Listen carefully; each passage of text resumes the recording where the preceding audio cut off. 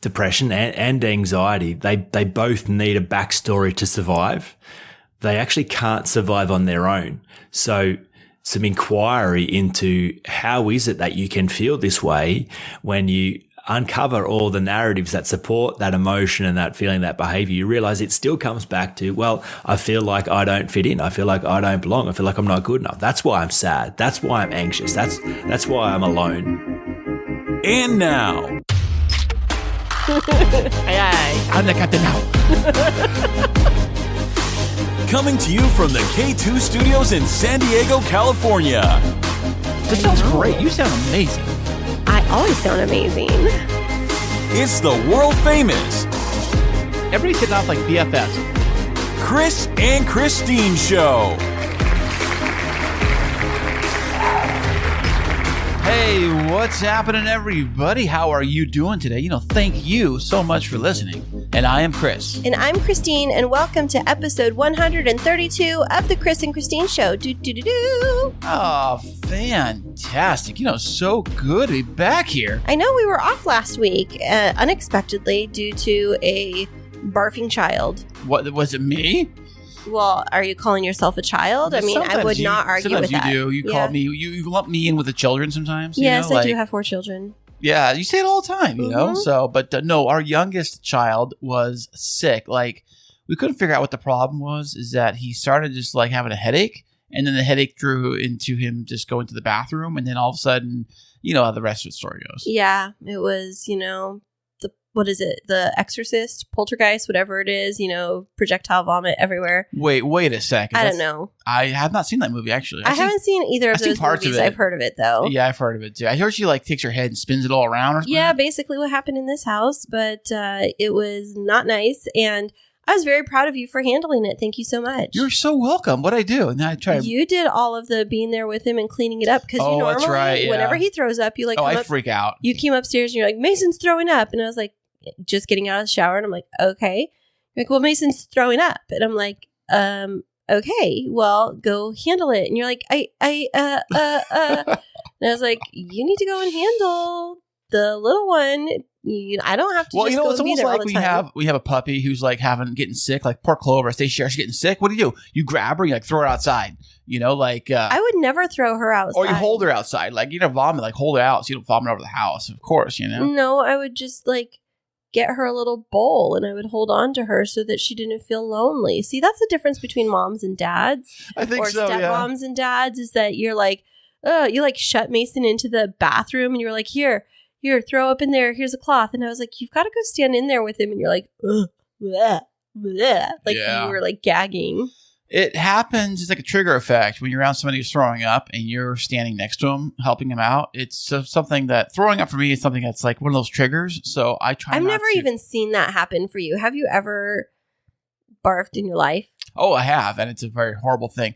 For me, when I do throw up, it's my gosh, this is the worst topic ever. It is the last resort for me when I do throw up. I try to hold it in to the very last minute until my body says, screw you, you're going to be puking. So okay, enough.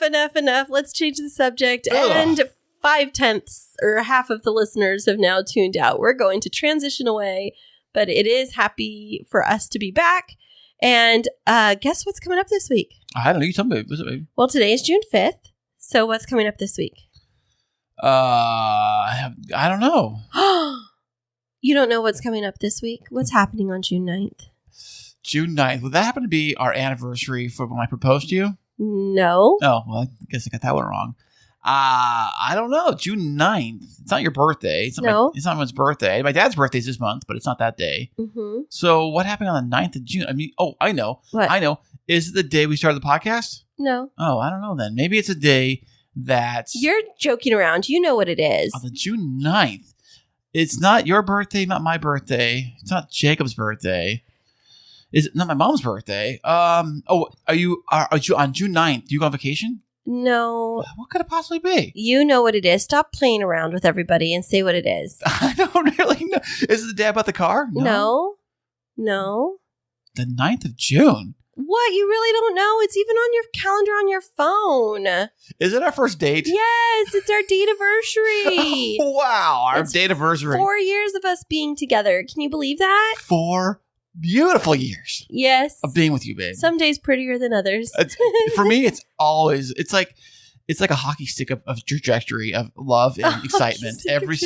For the first day I met you till now, it keeps on going. Oh, you're so sweet. It's like going into the clouds. It's so hot. It's like, wow, every day is a spectacular day. Better than the last, I can tell you that. But do you know what happens the day before that?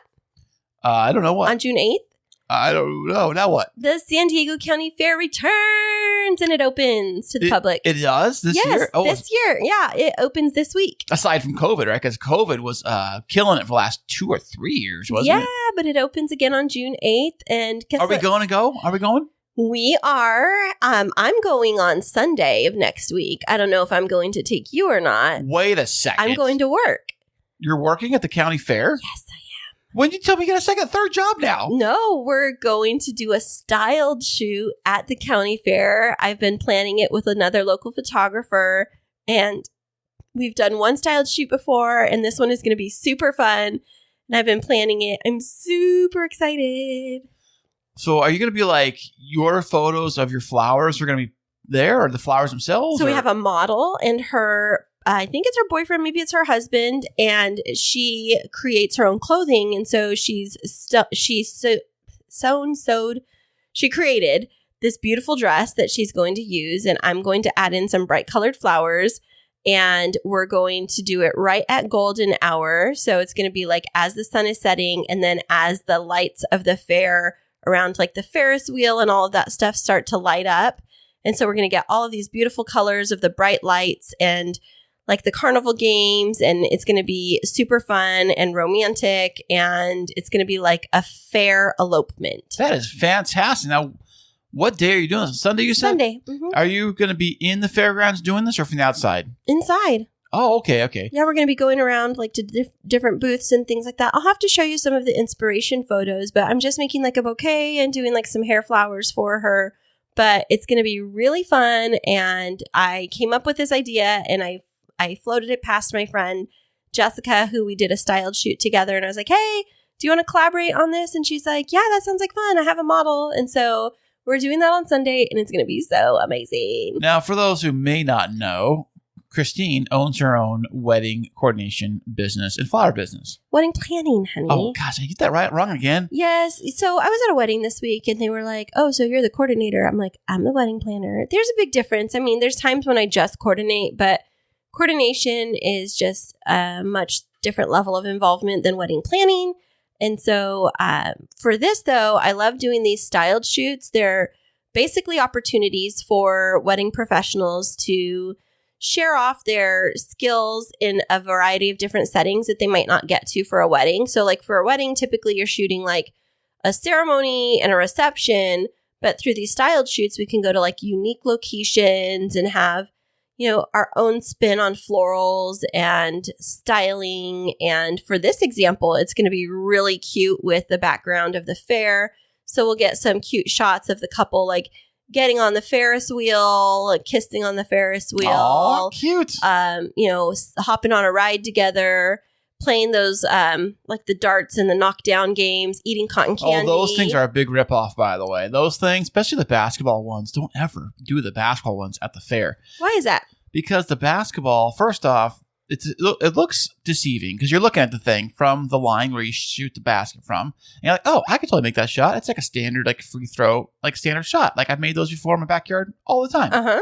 Well, they didn't tell you is the ball is extremely overly inflated, so it does bounce really easily. And then also the rim, here's the trick to it. The rim is actually oval shaped. It's not completely round shaped. That's a crock. Like they should have regulations on that. Yeah, they're to make money. If you look by them, they're all the same way. They're all this. If you look at it straight on, you see it. Oh, it looks easy. But you walk around the side of it, and you can notice that the rim is shrunk and it's actually squished to be like an oval shape. I'm sure the ball does fit through there, but it's got to be like within less than a centimeter on each side of the rim to make it through. And then, of course, the ball is overly inflated. So if it does touch the rim, it's like bounce. It bounces. How was that again? Bounce out of there. And then you can't make the shot. You don't win that big prize you wanted to win. You know, those carnival rides, those carnival games, for the most part, are pretty rigged at the fair. I try not to play with those. The kids like doing them and stuff, but then they get so mad when they spend $5 after $5 after $5 and they can't win whatever it is. And they make it seem like it's so easy. It's actually a form of gambling, really. Right. Is what it is. Well, those carnival games are. So, but anyways, back to you, babe. Sorry about that. No, that's okay. So I was just sharing that that's what's coming up for this week, and I'm really excited about that. That's actually on Sunday.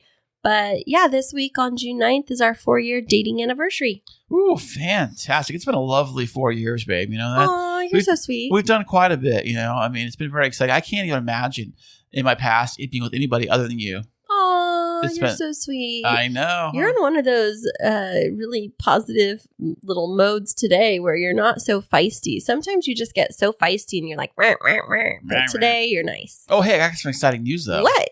So we have, you know, the Kris and Kristine show, of course, and the podcast, the website, and all that fun, fantastic stuff. We also got Podtastic Audio, which I personally have created to help new podcasters or other podcasters figure out how to make a decent sounding show, not a boring, you know, lame show, I guess. Are you just trying to brag on yourself? Let's go. Let's go. Pretty much. So I said, you know what you need to do is we need to create. You didn't say this. I said this. You've got to tell the backstory. Okay, so Chris, you tell the backstory then. No, you tell the backstory. Well, Kristine. You started a show on another channel. I started a radio show on another channel. That show has decided to close shop because they realize it's a lot of work and it's kind of expensive to run a radio station, as you find out. Yeah. So we were I was in the garage working on flowers with my friend Molly, who came to assist me the other day for the wedding on Thursday. And you came out, and what did you say to me? Well, I told him how he closed up the radio station. And I said, well, that's kind of too bad. But I already have all the music I already started collecting for the radio station. No, you didn't start going down that mentality. You were like, he's going to close it down. You know, he just can't keep up with it. And you were really down and sad. And I was just like, well, honey, why don't you just start a channel on your own? Start your own station. I mean, you've always wanted to be a radio DJ. And I asked you since how old? You told me since 10 years old you wanted to be a radio DJ, and you already learned the in and outs of the process of having this internet radio station.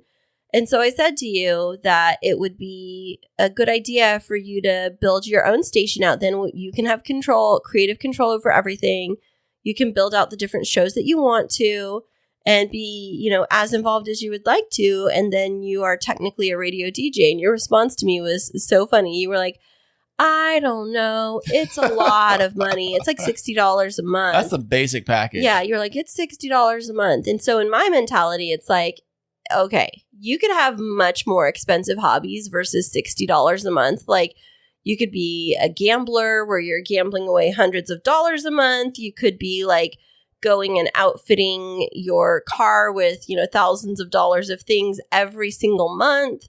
But instead, you're like, I love podcasting and I would love to do this radio show, and it's $60 a month. And so I was saying you should start that. And you're like, I don't know, kind of wishy-washy. And so I really pushed you to do it.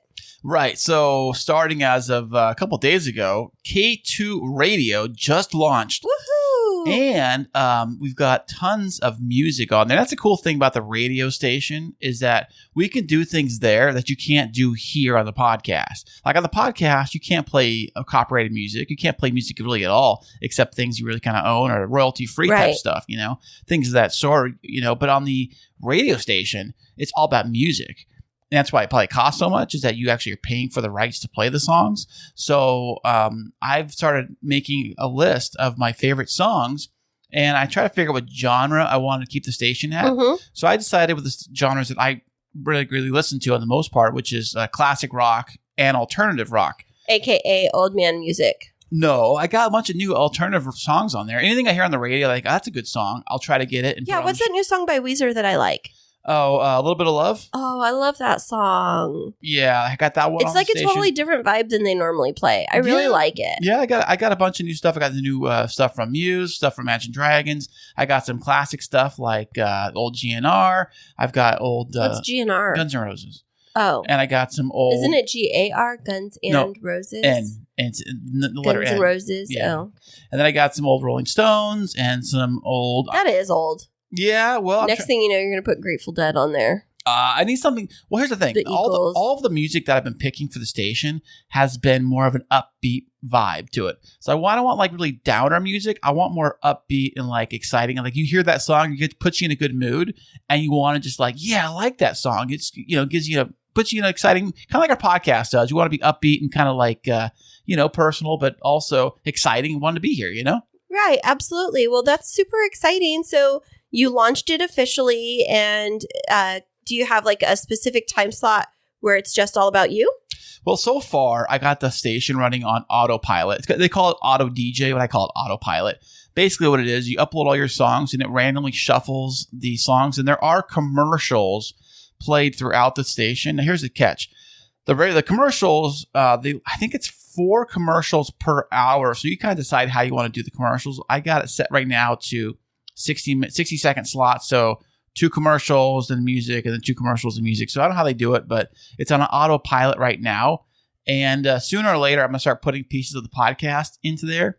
I don't know if I'm going to do full episodes or maybe just sections of episodes, but I was thinking about doing that, and I got to figure out the time slots for all that stuff. But for right now, I have about 70 songs in there shuffling around with a couple of little promos I personally made, and then of course the commercials. Now the commercials they play, I forgot to tell you this, is they're actually regional based. So the commercials that we hear on for us when we play the show here, they're San Diego commercials for San Diego businesses and San Diego stuff. Okay.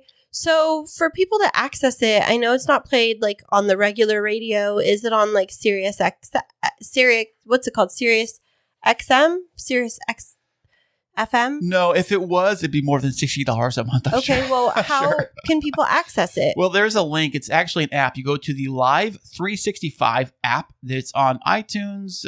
Apple App Store. I don't know about Android yet. I'm sure it is. It's called the Live 365 app. But you can always go to our website. And it's another thing. I put it on the website. I forgot to tell you. Oh, that's awesome. On our website, KrisandKristineShow.com, there is a little tab on there, on the window tab. Or on the top part of the screen, you can select different tabs or different pages. One of them is K2 Radio, and it's right there. The player's right there. Everything is right there you need to do. So that's that so works exciting. too. So that's how you find it. Sounds like it made for a really positive week for you. Oh, I love it, baby. Oh, also, one other positive note. It keeps on getting better and better, right, babe? Is that I got the car back from the shop last week, the Z. I was in the shop for the clutch job. If you remember from the last episode, I had the clutch problem. Because you're coming in clutch. Definitely, baby. But it's doing okay. I might have to take it back there for some reason. I cannot figure out why.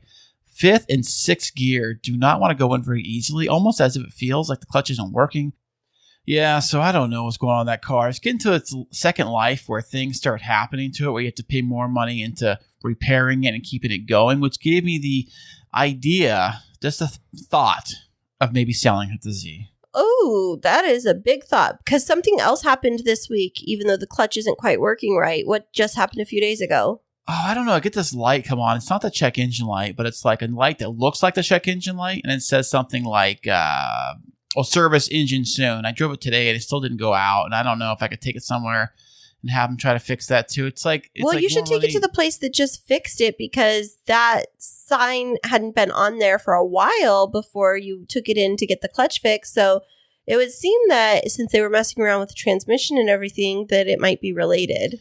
Yeah, I know. It started to become like a money pit around here, dumping all this money into the thing, which gave me the idea of maybe selling it. And I know that I can't really sell it until I fix that light. Right. I know I cannot get it smog checked with that light on. Well, then what would you do after that? I mean, I know that you have the truck, and the truck is super reliable. But if you're saying that you're going to sell the Z just so that you can get another new Z, I don't know how I feel about that. That would be amazing. That would be awesome if I could do that. But I was looking at Z's on the Auto Trader, which is like a used market for cars, but you can find new stuff too. And I was looking on there to see what they're selling for. And I found a few that were right around my price range, right around my year of the car I have, or right around the mileage I have. And they're asking like $22,000 for these things. Yep. And I'm like, if I can get $22,000, that's like more than I paid for it.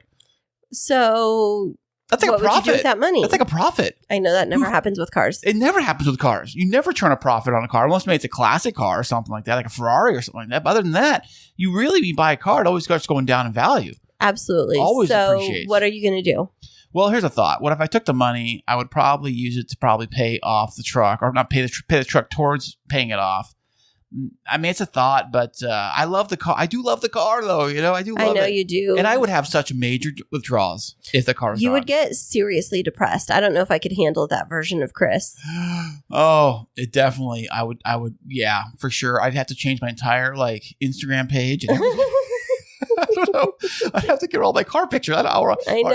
Or I'd tag RIP over every single image of my own cars. Yeah, I don't know how I feel about that. I don't think I'm ready for that version of Kris. So we're just going to hold tight on that. My phone screen cover has a picture of the car. I know. It's not me. It's the car. So what am I going to do, Yeah. Well, I know that you'll make the best decision, which means that you're going to get the car fixed and keep it, because I cannot, like I said, I can't handle that version of you where there is no Z, because you would be so depressed. But did anything else exciting happen for you this week? Well, as a matter of fact, we had another guest this week that came all the way from Australia. Ooh, he was fantastic, and we're going to be back with him right after this. Hey, thank you so much for being a loyal listener of the Kris and Kristine Show. And as that you are a loyal listener, we have a very fun opportunity for you to get involved with the show. Ooh, tell me more. If you like to get exclusive content you can't get anywhere else, and to receive free merchandise shipped to you every single month, ooh, I want that. Then head over to patreon.com/The Kris and Kristine Show. That is patreon.com/The Kris and Kristine Show. And welcome back, everybody. Today we have another VIP guest join us on the show. He is an author, a coach. Welcome to the show, Jaemin Frazer.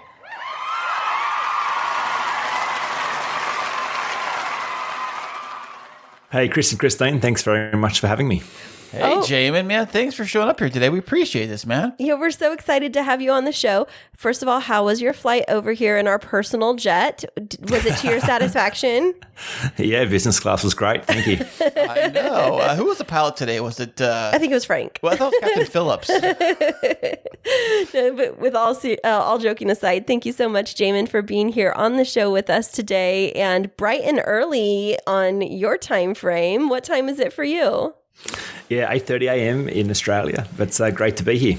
Australia. What part of the continent, I guess, of Australia are you in? On the eastern side, a small town between Canberra and Sydney. Ah, so Sydney sits low, right? It sits down by the lower end of the continent, I think, right? Yeah, that's right. Yeah, it's in New South Wales, so down in the bottom half on the eastern side, and then Canberra is inland. That's the capital. Awesome. Okay. So have you lived in Australia your entire life? Yeah, I've lived in Goulburn my whole life, where I was born. So I spent 9 months in Germany with my family in 2016. We did a business experiment to see if it was possible to be location independent, and enjoyed a whole European experience. But for the rest of the time, I've been here in sunny Goulburn.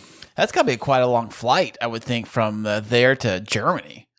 Yeah, it was a long flight. Or multiple flights, really, right? Multiple flights, exactly. Yes, it was a long trip. So it's funny that you're coming to us from Australia today. I was actually up late. Kris works nights, and he came home, and I was still up in the middle of the night watching a movie. It was a new Netflix movie that was actually taking place in Australia.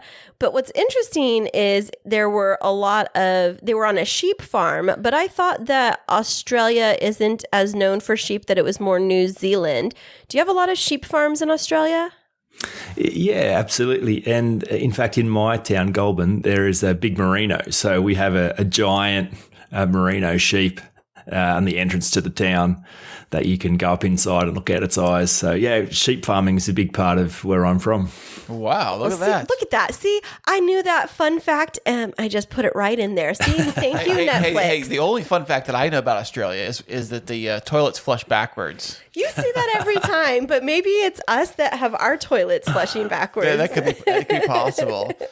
Hey, Jaemin, I got a quick question about, and you guys are close to New Zealand. How far away is it to New Zealand from Australia, from where you're at? Like if you wanted to swim? No, like fly. Yeah, we'll start with that. How many laps? If the great whites don't kill you. Yeah, I don't know. I think it's about a 2 or 3 hour flight, depending on which part of the eastern side you fly from. So not too far. But is Right. Tasmania closer to Australia? Yes, yeah, Tasmania is closer. It's only a 45-minute flight from Melbourne to Hobart. Oh, Melbourne to Launceston, probably the closest part of Tasmania.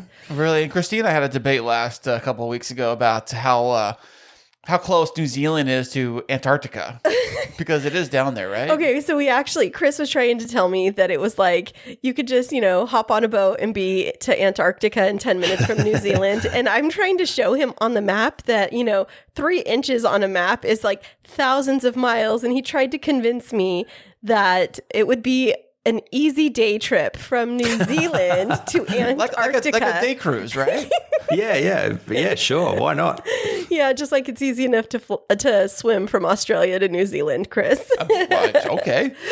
Now, I have to ask you, Jaemin, being from Australia, and there's some very unique types of foods and things like that in Australia. Do you have a favorite Australian snacks that you can share with our listeners? Look, I'm not sure if they're too Australian. I'm just into crinkle cut chips. That's my snack. Okay, nice. I don't think Australians can claim those, but yeah, look, anything that's delicious. I'm not too patriotic when it comes to food. Okay, right on. Yeah, out here in San Diego, they have the county fair every year. They do it outside of COVID, of course. They're bringing it back this year. And one of the things they always have, it's really popular, is these big food vendors, like all kinds of different fried food, fried this, fried whatever. And one of the most popular stands or booths they have is the Australian fried potatoes. I think is there something like that. Oh, yeah, the Aussie fried potatoes. I don't know why they're called that, but they're a popular dish, and I guess the creator, the chef or whatever, is from Australia, and it's some popular. Is he really a chef if he's running a food truck? I don't know, but it's a very popular dish. It's like these big potatoes they like smash out, flatten like big pancakes, and then they just like fry them, I guess. And is that a thing there, Australian fried potatoes? I've never seen that, but it sounds delicious. Well, and then of course they serve it with cheese or with whatever even you better. want. It's like one of those things. It's like when people say they're French fries or French toast, and they've got to be French. We're like, no, they're not. What? What are you telling me? Now, I do have to ask you, because our last guest from Australia, I forgot to ask this question of, have you ever had violet crumble candy? Of course, Oh my I gosh. have. It is my favorite, I have to tell you. I don't think it's a favorite of a lot of people, but when I visited Australia my first time, I tasted a little bit of it, and I don't know, it's something about that chocolate-covered honeycomb that's just so delicious, and I can't find it anywhere here. No, it's great. Yeah, there's such great stuff. Can you in ship it over Australia. here? Is that like something that can Maybe I could. I'll find somebody, one of my friends, to send it over to me. But enough chit chat about snacks and all of that stuff. I would love to ask you, I know Australia is really the only place that you've lived, but what is it that you love the most about being Australian? I think the cultural strengths of Australians they're very, very real. I think they don't love a lot of hype, a lot of falsehood. That can be the detriment too, because we have the tall poppy syndrome. So everyone's kind of, just settle down a bit, mate. Stop. don't get carried away. But the upside of that is just, I think, a genuine humility, a genuine authenticity. That it's. I love that about the country. And I love being real. I love being true. I love being authentic. And I think I appreciate that about Australians. And then I look around the world and I appreciate I appreciate the confidence of the Americans, because I think the Australians lack confidence a lot of the time and play on the back foot too much and shrink back. So I think the great mix between the confidence and the humility go together beautifully. So why would you say that about Australians?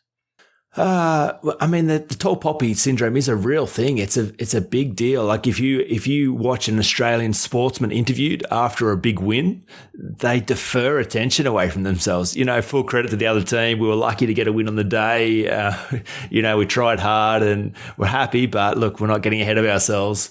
It's not culturally appropriate to really put tickets on yourself or to really big note your own performance. So I'm not sure why that is, but it's a big thing in our country. It sounds kind of like what do you call it? Imposter syndrome, I guess, a bit. Everybody suffers from that. But. So that's what I was going to ask. I've never heard that phrase "tall poppy syndrome" before. Jaemin, can you explain what that is? Sure. So if one poppy grows higher than the field, it gets cut down. So it's kind of like when someone seems to be getting above their station or getting too big in the eyes of those around them, then culturally they get drawn back down to earth. Their success is not celebrated. It's undermined so that they come back to the same level everybody else is.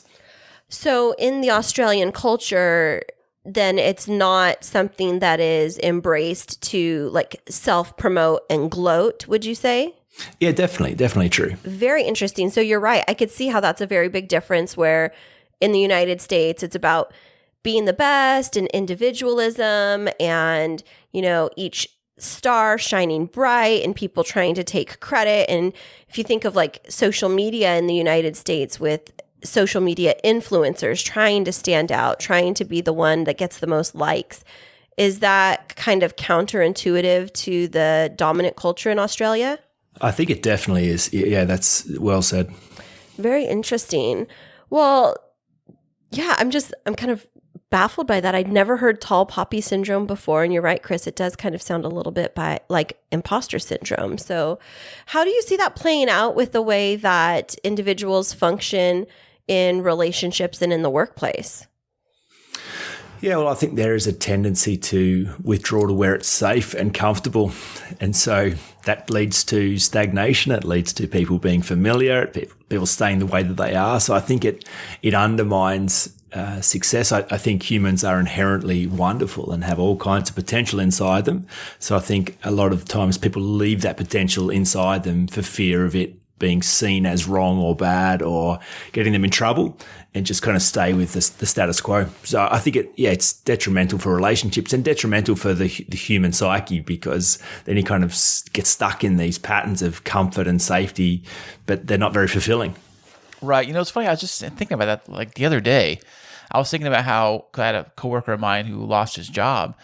And I know that he was hoping to stay with the company for a very long time. And I know that some people will stay with companies for 30, 40, 50 years, and it could be a job you really hate, but you just stay there because you're just comfortable, and you just stick it out or whatever. That's kind of the old mindset people are thinking, but I know a lot of people are switching jobs, especially with the great reset and what do you call it, the great resignation. Mm-hmm. People are leaving jobs left and right, trying something new, Well, speaking of change and looking for something new, I was reading a bit about you, Jaemin, and I see that you are a coach and you focus on the area of relationships. Can you tell us a little bit about how you got started in that line of work and what you currently do?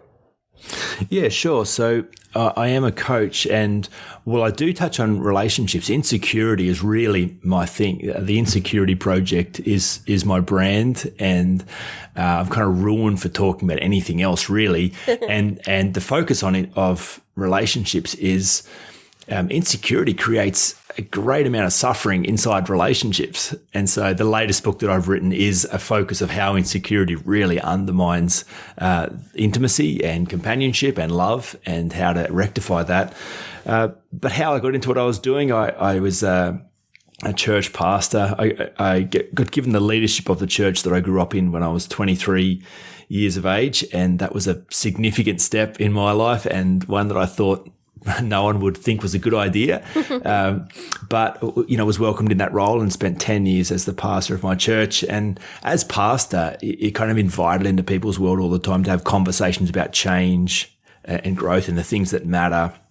But I was always really surprised at how little change and transformation those conversations ever produced. And it seemed that the prevailing culture, at least in my church, was for Christians to outsource the change work to God. If I have faith, if I trust, if I believe, if I go to church, if I read my Bible, then God will magically somehow take care of all the messy bits. Right. He'll restore my marriage. He'll fix my finances. He'll make sure my kids get a good job, like all of that stuff. And so this idea of awareness and responsibility and personal growth always seemed way too secular in the church that I grew up in. which I found very strange. And so then when I was introduced to the coaching skill set from a mentor of mine, I was instantly astounded by how pragmatic and how practical and how empowering these tools were, and knew what was a missing technology from my world. And so instantly went and did a diploma and studied as much as I could, and just had such a deep resonance for that skill set, and felt it was much more aligned to who I really could be and where I could make the most difference. And so launched my own coaching business in 2010. And as I did that, like, I'd gone from this safe world of where I'd known who I was, I'd known how to play that role, I'd been accepted and loved, and then I'd stepped out of that community and felt ostracized, and in many ways people didn't understand what I was doing. And so now I was on my own. And so I was ambitious to try something and do something meaningful, but kind of in the process uncovered a mountain of my own insecurity, and realized, oh my goodness, there's this massive fear inside me that I don't have what it takes to be anything other than I've been. That's scary. And what if I put myself out there and it goes badly and it doesn't work? And so I realized I had to work out whether insecurity was a solvable problem. Otherwise, I'd just go back to where I'd always been. And thankfully, I discovered that it was. Of course it was, that there were plenty of people who'd overcome insecurity. It just seemed to me no one had really modeled a path. And so my first job was to overcome my own insecurity so that I could continue on my journey. And then that was such a powerful transformation and such an important step that I felt that it was then my gift to be able to give others, to be able to help others overcome their own insecurity and to model the process of how that problem got solved. And so all my coaching has been then centered around deep, lasting change, not by focusing just on behavior, but by dealing with the deepest limiting beliefs that hold a person back, and then how they affect all areas of life, including relationships. So picking up on that, you mentioned overcoming your own insecurities. I've wondered this, is there like an unlimited number of the types of insecurities that people have, or are there just like a core 6, 10, or 20 that you find most common across individuals? That's a great question. I would say there's just one. I would say when you really get clear about what you actually mean with insecurity, because a lot of the time it's quite abstract language and quite external language. Even the imposter syndrome, it's very external and abstract. It's not precise. Well, what do you mean when you say imposter syndrome? Well, imposter is, you're going to get found out as someone that you're not. Syndrome kind of is external, so you're not realizing, you think the problem's outside of you. But when you get really clear on all insecurity, it is just this fear that if you show up, you're going to be found out as not who you say you are. There is no value with you. You are not good enough. You don't deserve love. There is some lack, limit, badness with you. There's something wrong with you. That's it. You think there is something wrong with you. And so all insecurity is built on that fear that you can't afford to be exposed. Otherwise, the game would be up and everyone would see who you really are. Do you think it's possible? Maybe it's because you yourself are projecting that when you go out looking at people, like, I bet they're fake. I bet that guy doesn't know what he's talking about. I bet that guy, he is so full of it, think some of that is the reason why you yourself might feel that way? I think that can be a strategy to distract you from your own fears. If you can elevate yourself above others by comparing yourself and point out others' flaws and weaknesses. But I think it's just a clever strategy to distract you from your own deepest fear that perhaps that lurks inside you. Oh, okay, fantastic. That's, as you've been talking and Kris was asking that follow-up question, I was just thinking through my own insecurities that I feel like I struggle with. And I was like, oh yeah, if I boil it down, it absolutely really does just sit on exactly what you mentioned. I was thinking, well, maybe it's like, my insecurity about body image, or if I get jealous and things like that. It really does come down to that concept of whether or not I feel that I'm enough, and whether or not I feel like being who I am is enough for others to be satisfied to be in a relationship or a friendship with me, without me having to add more on top of it, I guess. Does that make any sense at all? Of course it does. Of course. And that's the interesting thing around this problem, because fear unexamined grows.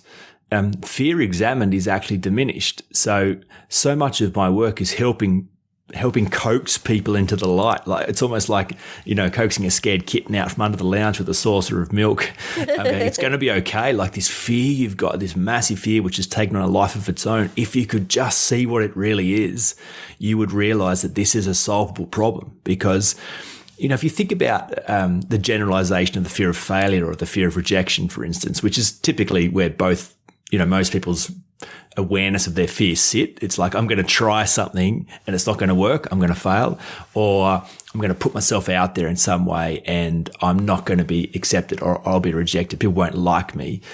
And they think that's the deepest level of fear, but that's not it. It's just the level beneath that. It's the personal implications of failure or rejection, i.e., if you were to fail, what do you think that says about you?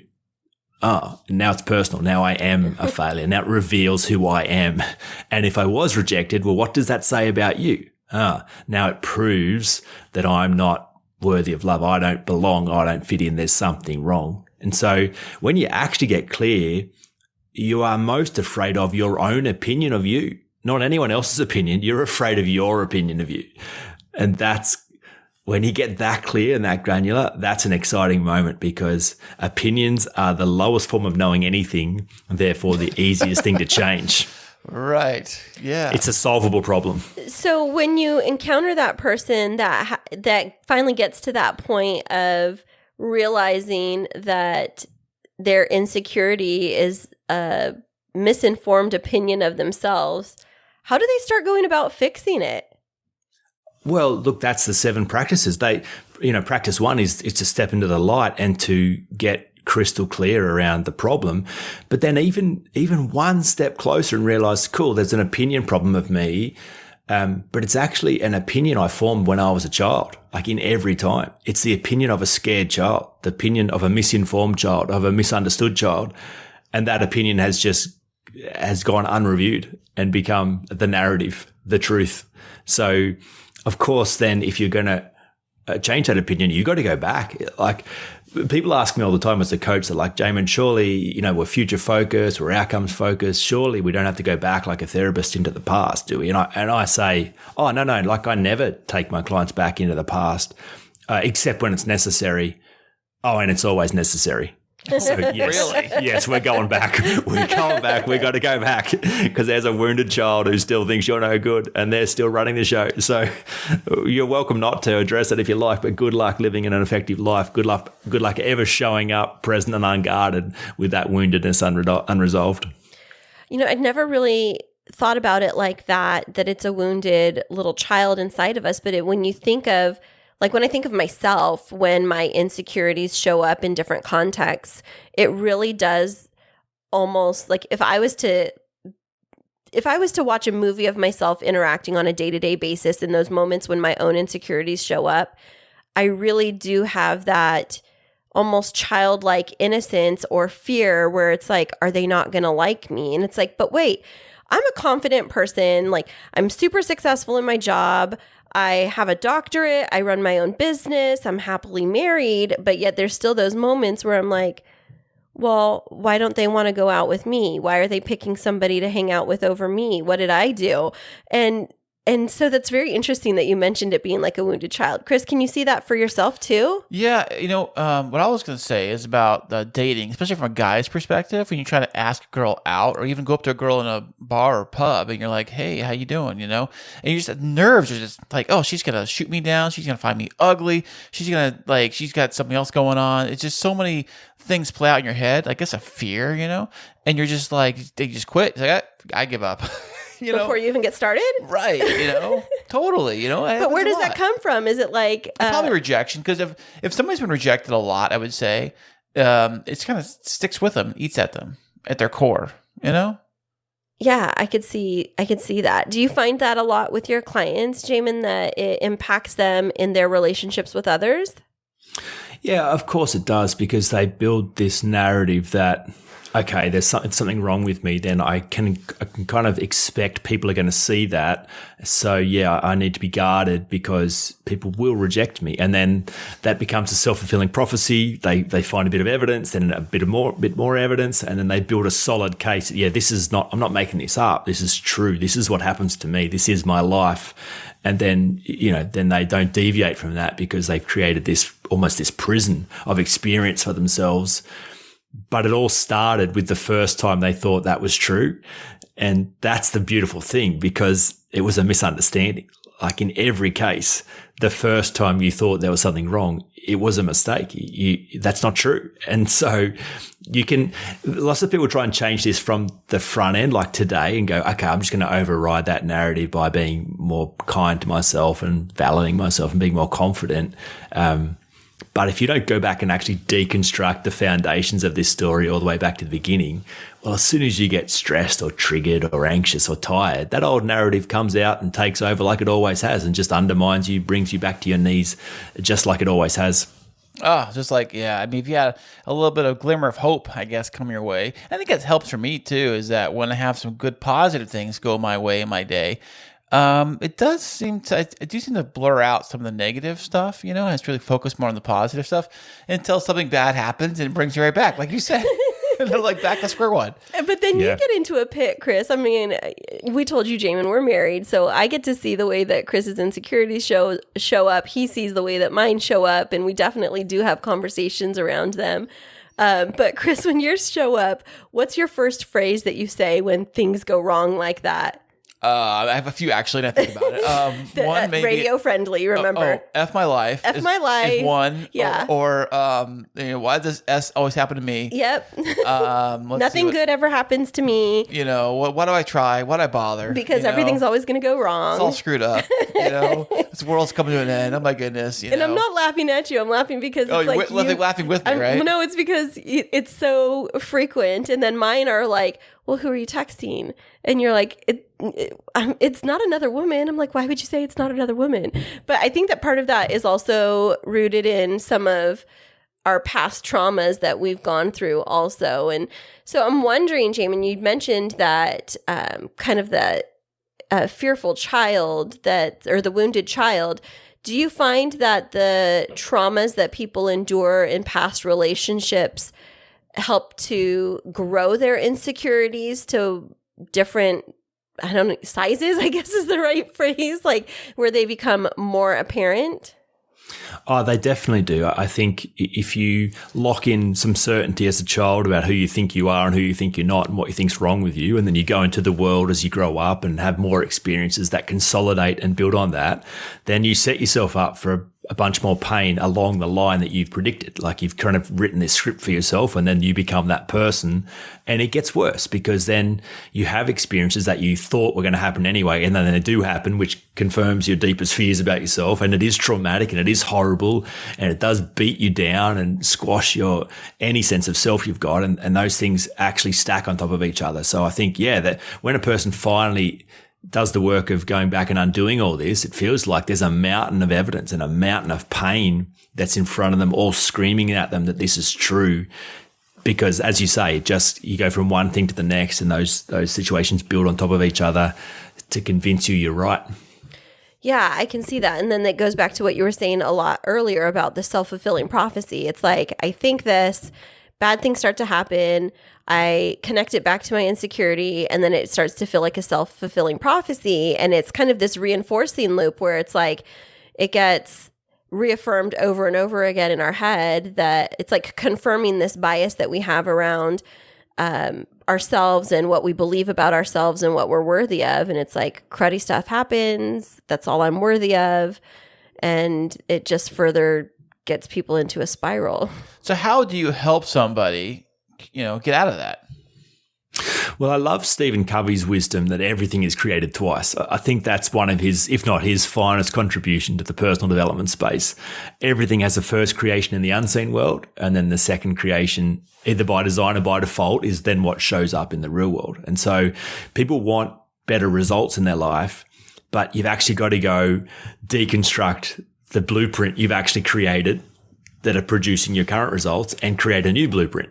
So this review work, this going back, this examining, and specifically, I think the key is to break through the what's the magician use the misdirection. That's okay. it. So break through the misdirection of your past, because when I get a person to realize, okay, you got an opinion problem, and it's the opinion of a misinformed child or a sad child, then they kind of go, yeah, but I get why that child will be sad because of what was said to them or done to them, or what was not said or done, or they suffered and some people did some things that are really bad.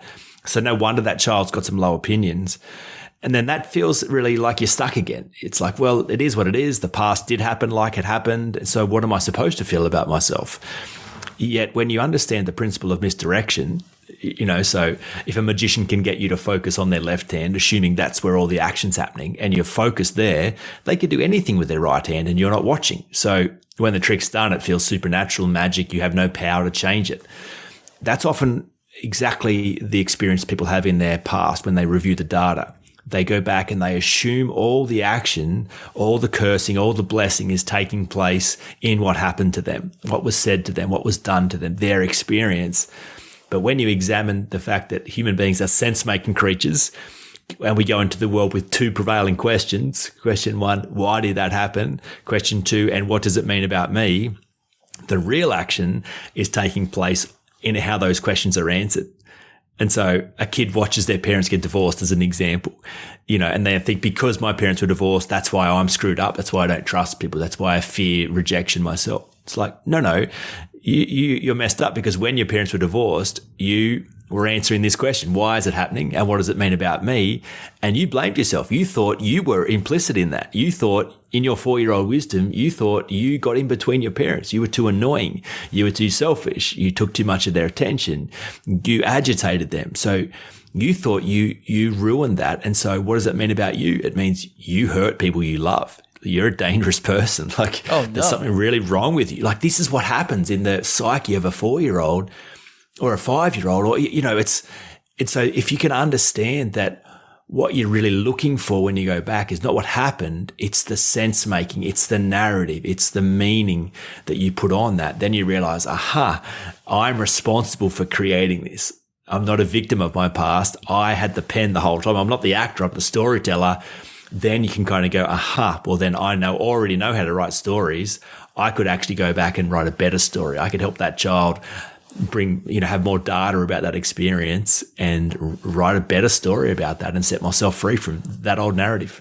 Right. As you get older too, you probably, wisdom does come with age, I would say too, So when you're a 4-year-old, 5-year-old, you kind of suffer by some things. I guess you get older, you kind of work it out, I would think. But the question is, do you, or does it get worse? Because when I think about those negative things that tend to happen when you're a child, it hurt you a little bit, but if things keep coming over and over and over again, like you mentioned, it's this, like I had mentioned, it's like the reinforcing loop of that negativity, and then you're trying to figure out how to break free from it. So that leads me to my question about you and your professional background. So you mentioned that you're a coach, which is definitely different than a therapist. So how do you approach professionally working through this with individuals as a coach?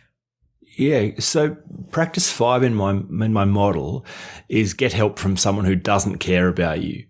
Oh, there you go. Yeah, I like that idea. So when I have the privilege of being invited into someone's world, my very first job is to convince them that I don't care, and I have a lot of fun with this. I tell them, look, I'll forget about you. I won't lose any sleep about you. I'm not the one with the problem here. My life's fine. I'm not another person who wants you to do something you don't want to do. I don't care. And before a person runs away, I'm like, but here's the thing, right? Because you thought you needed someone to believe in you and encourage you and pump your tires up and support you. But that person's going to get in the way because they will confuse you about who the hero is in this story. And they will treat you like the child. They will be the expert for you. Whereas you created this mess and no one's coming to save you. You will need a wisdom character. I love the metaphor of the hero's journey. There's always a wisdom character. There's a Gandalf, there's a Yoda, there's a Dumbledore, there's a Mr. Miyagi who brings embodied wisdom of having gone on their own path, but they're not the hero. They are essential to equip the hero and guide the hero for a season, and then they get out of the way. So I love the coaching frame because it's clean, it's objective, it's not enmeshed. I have no vested interest in my clients' results, and I'm not impacted by their pain. And so it creates this judgment-free space where it's all of a sudden safe to do the review work. It's impossible to do judgment and awareness at the same time. So if you go on a journey of self-awareness, but what you reveal could be wrong, or it could offend the person, or it could upset them, or it could disappoint them, then it's not safe, to be honest. But if I don't need anything, well, then we can talk about anything and we can get straight to the point. How do the clients take that at first? Because you think that'd be a little like, oh, what? What do you mean you don't care? I know it takes the wind out of their sails. But then they watch me, they look in my eyes and they hear my voice and they go, "This is weird because you look like you do care." And so is that paradox. Clearly, I was born to do this, and I do this with my whole heart and soul. I just realized that the most useful I can be is to be clean, and the least useful I can be is to care. The moment I get involved, the moment I bring my wanting for that person, I disempower them. I create an expectation that it's my energy that's going to solve their problem, and that's very unkind. So I love the transformation that becomes possible through a clean conversation. So I think that coaching is similar to therapy and psychology and counseling, but at least in our country, I'm not sure if it's the same in the US, it's not a regulated industry. And right, so it's not here either. It's not? Which is... Coaching. You have to get a as a life PhD. coach, or it's not regulated, whereas you don't have to keep the case files, and it's not covered by You have to keep insurance. case files? No, I'm saying as a coach, you don't don't. necessarily have to because it's not regulated. You can, but yeah, it's the same, Jaemin, here in the United States. Yeah, great. So that means there's zero barrier to entry. So someone could do a 3-day course, print out a business card, and now they are a life coach. That's literally what's possible, and there's no accountability, no responsibility. You can just swing away, and so that provides some incredible opportunities and also some dangers. But I think that the great thing about being a coach is because of that, there's only one way to actually succeed as a coach, and that is to embody your message. When I show up, people don't care how I know what I know. They really don't. They don't know. They don't care what training I've done. They just want to know if I do know what I know, and does it work, and will it work for them? And the way that they'll know that is by looking at me and seeing if I'm smoking what I'm selling, to see if there's certainty in my eyes. Am I embodying this? Is it working for me? And so I don't think you have to do that as a counselor, a therapist, or a psychologist. I think there's much more insulation from your own personal life. I think you can be at a distance, and people kind of expect that. Whereas coaches, you can't get away with that. So I think therefore it's much more high stakes, and therefore if you can find a way to actually embody your message, then I feel like it's much more transformational and much cleaner. So I love the coaching framework when it's used well. That's awesome. So speaking of that coaching framework, I read somewhere that you are getting ready to release a new book coming up soon in the next couple of months here in the United States. So I was wondering if you could tell us a little bit about your new book, Leverage. Yeah, so a provocative title, Leverage, How to Change the People You Love for All the Right Reasons and Get the Relationships You Deserve.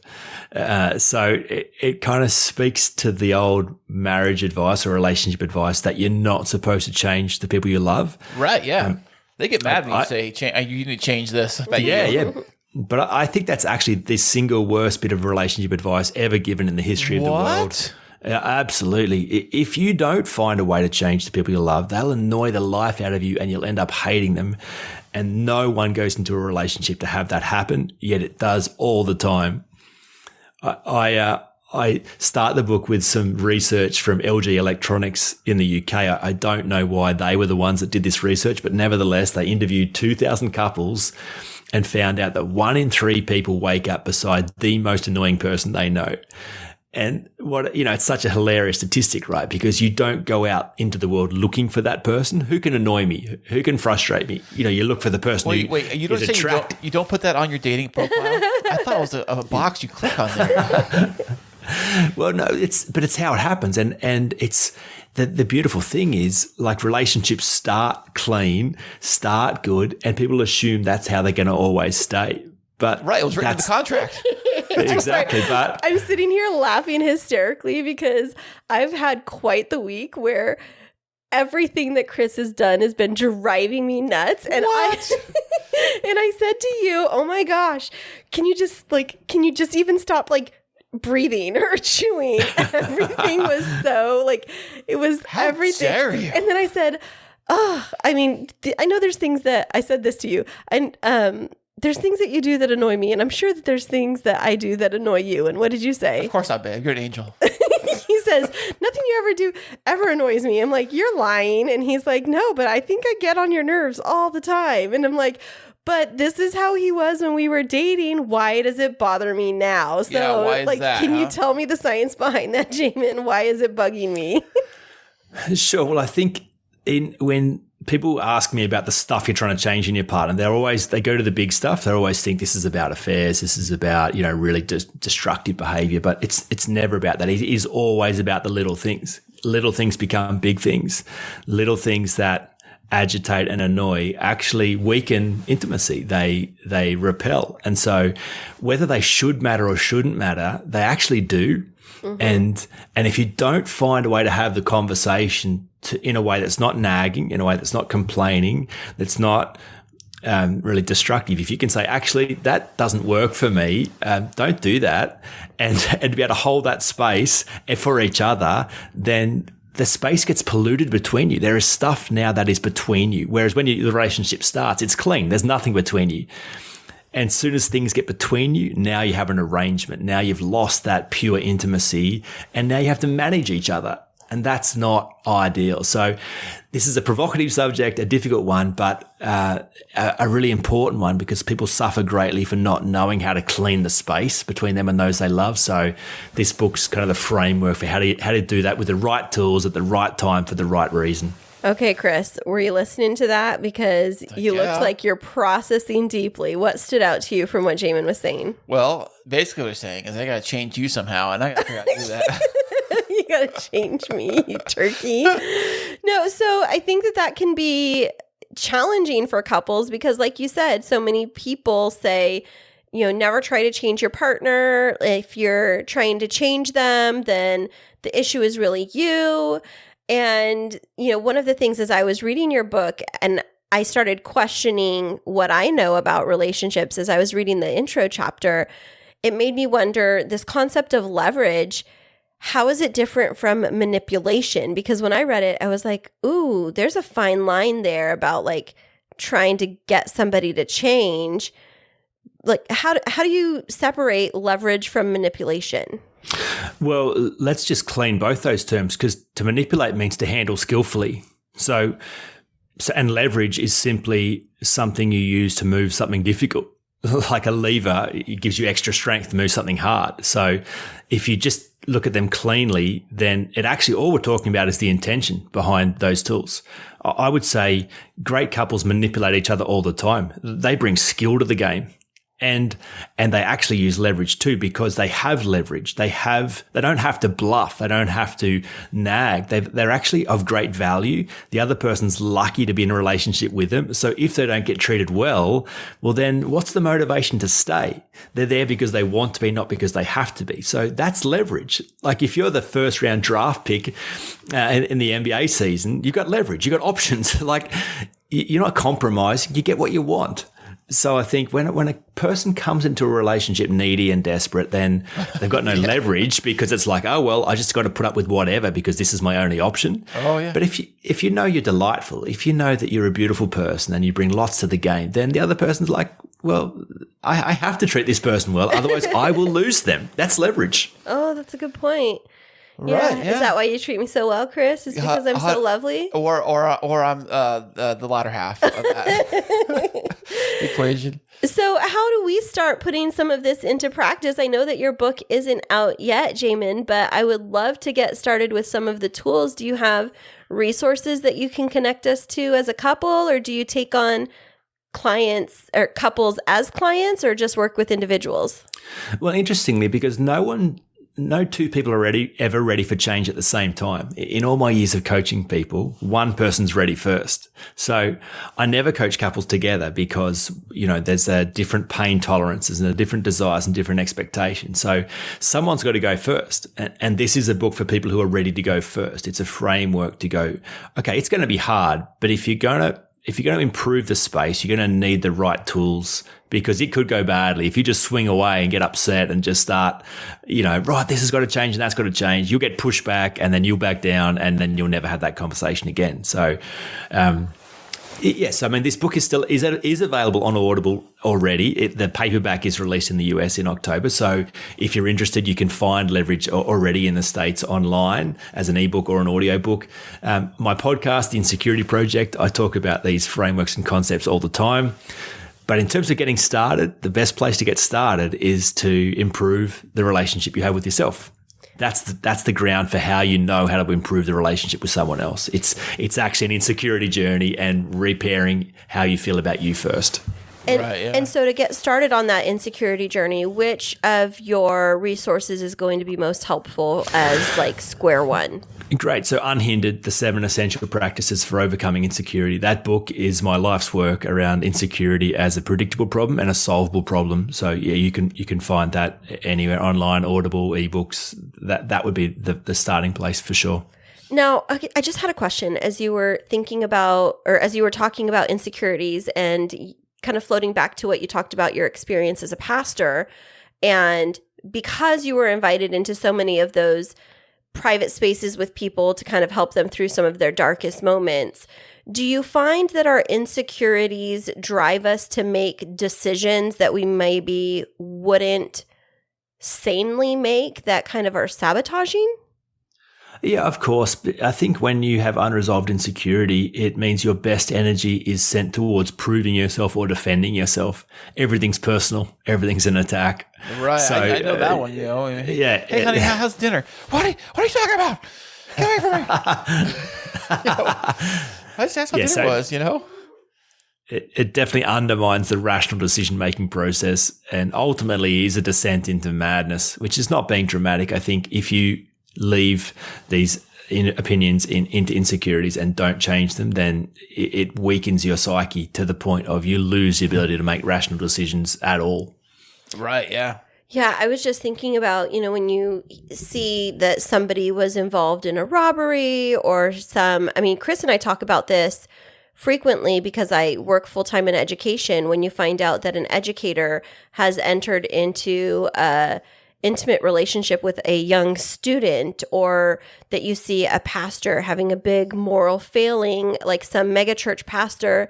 And then it just made me wonder how much of that is rooted in their own insecurities, and they've acted out of trying to, I don't know if it's put a Band-Aid on or relieve themselves from the stress and anxiety associated with their insecurities to kind of almost, I don't want to say get a high, but kind of avoid having to deal with the deeper issue. Do you find that those types of behaviors really are connected? Of course they are. All behavior is an attempt to meet our needs and protect our fears. So if you haven't found high quality adult ways to do that, then yeah, you act out. You do things that hurt you and hurt others, all out of this unresolved fear that maybe there's something wrong with you, and these undeveloped strategies to meet your need for significance and love. Like, we do need to feel we matter. We do need to feel accepted. And if you've never internalized those things and have always looked outside you, then when that gets taken from you, you feel so weakened and there's such a deficit around your own value and worth, and you do all kinds of crazy things. So I would say in every time it is an underlying fear of inadequacy. It's an identity issue that causes a person to behave in such an extreme way. It just seems like this is such a fundamental set of lessons and skills to develop that every middle school age and senior high school age individual should have to go through some type of, I don't want to say a class, but some type of series of like social emotional support sessions to help them grapple with their insecurities. But it goes back to what you were mentioning earlier, is not everybody's ready to do the work at the same time. So, yeah, this is very interesting. My brain is processing. I feel like my brain's going to explode right now. You always say that, babe, every day after work. No, well, for different reasons, but I'm just really reflecting and processing and thinking about how much of this work could really be so transformational for us as a society when, people are struggling with so much depression and anxiety. Just seems like this is the magic bullet. So why isn't everybody doing it? I mean, people are insecure about being insecure. So it's a vulnerable subject. But when I told my business coach I was going to brand myself the Insecurity Project, he said, no, you can't do that. That's clearly the wrong name. People are afraid of this subject. It's too vulnerable. You can't just come out straight away and say it. But I agree with you. I think people suffer greatly because they don't know this is a solvable problem. They don't know what to do here. And so they mask, medicate this. And it creates massive societal problems. So, the purpose of the Insecurity Project is to create a solution for this at a global level. This is a big problem and it demands some intelligent thinking because, our world leaders are some of the most insecure people alive and we suffer greatly because of their insecurity. Really? Tell us more on that. I would be interested to hear your perspective. Surely you look at Vladimir Putin and you're going, he's not a secure character. He's not making rational decisions. Right. His need for land is because he feels slighted. They've taken something from me. It's personal. I must get it back to prove that I am good. We are good. This is true. That's not a rational decision. That's not a sane human being. That's not a secure individual. That is a decision driven out of deep insecurity. Yeah, you're right. Totally. Yeah, I agree, man. So how would you deal with somebody who's suffering from, say, Great Depression or kind of a depression that kind of sits on underneath and really kind of surfaces from time to time when things do happen or things go wrong in their life? Well, interestingly, I think depression and anxiety, they both need a backstory to survive. They actually can't survive on their own. So some inquiry into how is it that you can feel this way when you uncover all the narratives that support that emotion and that feeling, that behavior, you realize it still comes back to, well, I feel like I don't fit in. I feel like I don't belong. I feel like I'm not good enough. That's why I'm sad. That's why I'm anxious. That's why I'm alone, because I'm afraid. And so I think depression and anxiety are solvable problems, not by treating the symptoms, but still by doing the review work and going back to these narratives that sit underneath and give strength to depression and anxiety. So I think definitely solvable problems. Definitely, man. Wonderful. Well, this has been super informative for us, Jaemin. So where can our listeners find out more about you and your amazing resources? So if you search the Insecurity Project, you'll find me. You'll find my podcast. You'll find my website. Or if you can spell my name, Jaemin Frazer, you'll find me on all the socials. I'm the only Jaemin Frazer in the world as far as I know, so I'm quite easy to find. How'd you get lucky with that, man? Goodness. my parents' good work. I guess so, man. Well, we'll definitely include all of the links to your social media and some more information about you and your services in our show notes from today's episode. But do you have any final words for our listeners before we wrap this up for today? Look, just to say that not only is insecurity solvable, not only can you solve it, you must. For the sake of the planet, it is actually our most important adult work to free ourselves from the misunderstandings and hurts of our childhood. So I would encourage people just to think about their own belief structure and understand that it's a solvable problem. You can change that stuff, and we all benefit when you do. Fantastic. Well, thank you, Jaemin, so much for being on the show, folks. Check out Jaemin Frazer online. Again, check out our show notes to get more information about him and go start tackling those insecurities. I'm definitely going to dig into this information, and thank you so much for being on the show. My absolute pleasure. Thanks for having me. Hey there, K2 crew. We love having you as our loyal listeners. To keep up to date with what's happening behind the scenes, check us out on social media. Yeah, you can find us on Instagram and Twitter.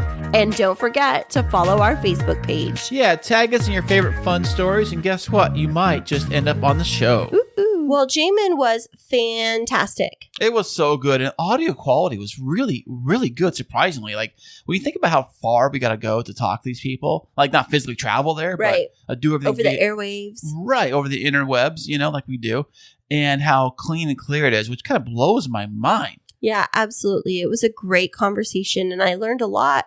And I've really been reflecting on what he was talking about as it relates to insecurities being just really boiling down to one, that feeling of inadequacy and whether or not I am enough.